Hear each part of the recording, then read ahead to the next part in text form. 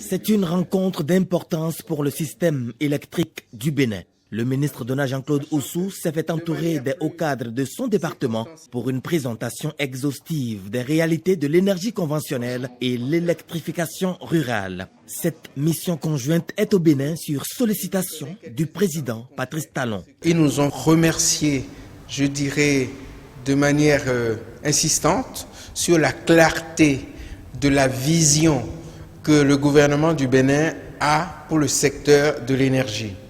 Ils ont noté, et ça nous réjouit, que la stratégie est également claire, en plus d'une vision claire, et que surtout, les résultats que nous avons déjà obtenus par rapport au choix que nous avions effectué en avril-mai 2016 confirment effectivement qu'il y a un suivi, il y a une réussite dans le secteur de l'énergie.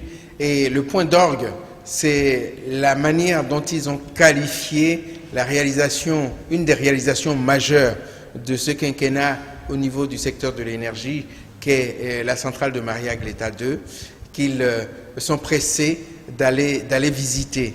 C'est la clarté de la vision, c'est-à-dire l'appropriation du pays, c'est-à-dire les objectifs sont clairs, les moyens sont clairs, les plannings sont clairs, c'est-à-dire le pays, en maîtrisant sa stratégie de développement, ça nous rassure parce que les objectifs sont assez clairs et puis le projet est bien défini.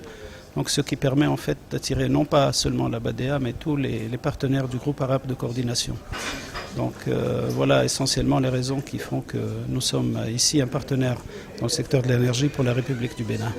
Ce que vous ne savez pas, c'est que la BADEA et le fonds saoudien sont en train de concéder au Bénin pour ce projet le maximum autorisé par leur texte, le maximum.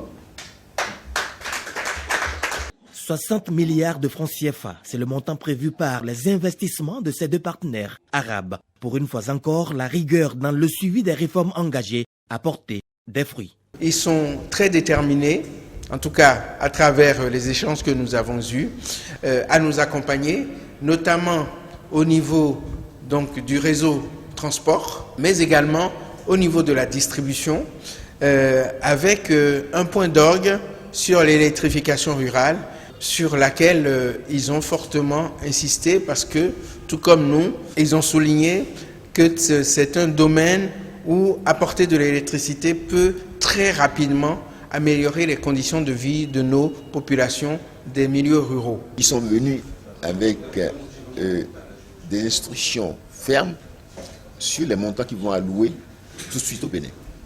J'ai annoncé 60 milliards, ce n'est que minimum.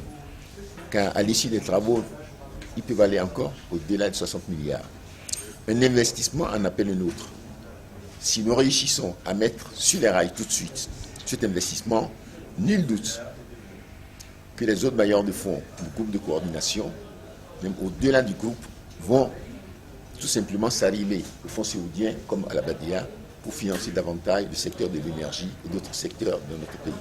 La séance de travail s'est poursuivie avec la Société béninoise d'énergie électrique SBEE. Les projets que nous appelons généralement PAD SBE, c'est-à-dire Programme d'action pour le développement sécurisé de l'énergie au Bénin, c'est un projet que nous avons déjà initié et pour lequel les dossiers qu'il faut pour que vraiment ce dossier-là puisse être financé par les bailleurs, nous avons déjà préparé ces dossiers-là en interne.